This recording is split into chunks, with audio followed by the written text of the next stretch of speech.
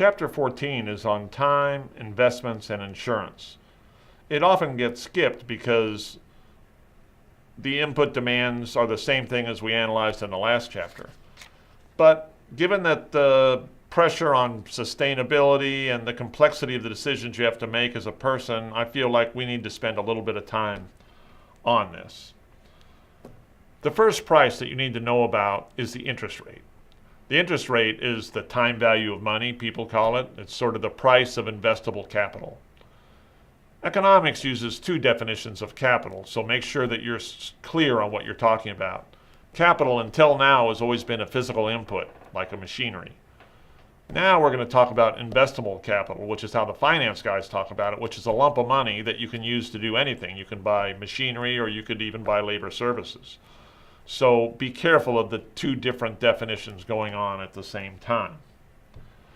Interest is interesting because of compound interest. Compound interest means you get interest on your interest. So if you got 6% interest rate in 1 year, in year 2, your lump of money would be larger and you would get 6% interest on the whole. Einstein called compound interest the greatest scientific miracle that he knew of. The rule of 72 really illustrates the miracle of compound interest, because the question is, it's a rule of thumb, it's not a real rule, but the question is, how long does it take your investable capital to double? If your interest rate is 6%, you divide that into 72 and it tells you that there's 12 years to double. If the interest rate was 12%, it would only take 6 years to double. Even if the interest rate is 6%, it doubled in 12 years. In another 12 years, it would double again, but now that's 4 times what your original investment was. So there's compounding. Compounding shows up when you figure out the present discounted value, which is the next thing the book is doing. Present discounted value figures out what's the value today of an investment in the future.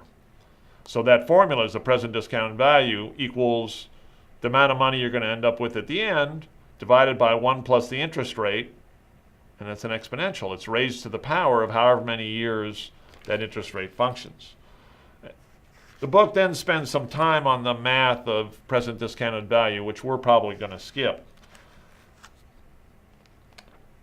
But then it comes down to talking about investment choices. How do you decide what investments to invest in? So when you work for a year, you're going to have some wages. If you don't spend all your money, you're going to have a little bit left. What are you going to do with it? Well, present discounted values are going to be an important part of your equation, but not the only part. There's risk. How can you decide in which to invest? The present discounted value is a really important thing to do, and you can solve for any of those parts, the value at the end, or the interest rate, or the present discounted value, and the book does talk about how to go from one to the other. But that's not the only decision on what to invest in. You might care about liquidity. You might care about risk. So that means that we want to talk about expected value, which is how do you calculate how much an investment might be worth when you take into account the risk. So what you look at is what's the probability that something's going to happen and what is the outcome. So if it's a 10%, if you flip a coin, the probability is 50% that it's going to be a head and 50% that it's going to be a tail. If a head pays you $1 and a tail pays you $2, then the expected value, half times 1 plus a half times 2 is 1.5. Now, not too many people are going to offer you that deal, but that's how to think about expected value.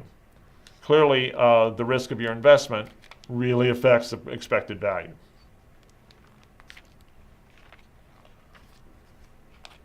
The other part of risky investments is that it has to do with your preferences. And so you're going to want to think about an indifference curve. So a good way to do that, and what the book does, is it then turns to insurance. When you buy yourself a new phone, do you buy the insurance? Now a hint is, well, why does Apple offer insurance? Because they make money. So that means what the customers are paying insurance, and then how much they're using that insurance, means there's something left over for the firm. Why does that happen? And the answer is risk aversion. Risk aversion means that we feel a little worse than the expected value when something really bad happens. Or maybe you just don't have an extra $600 in your pocket. And so the book shows the indifference curve for risk aversion. And that's really the key to thinking about insurance, which is how much are you willing to pay to in utility terms to avoid losses. And as I said, the insurance company makes money because people are risk averse.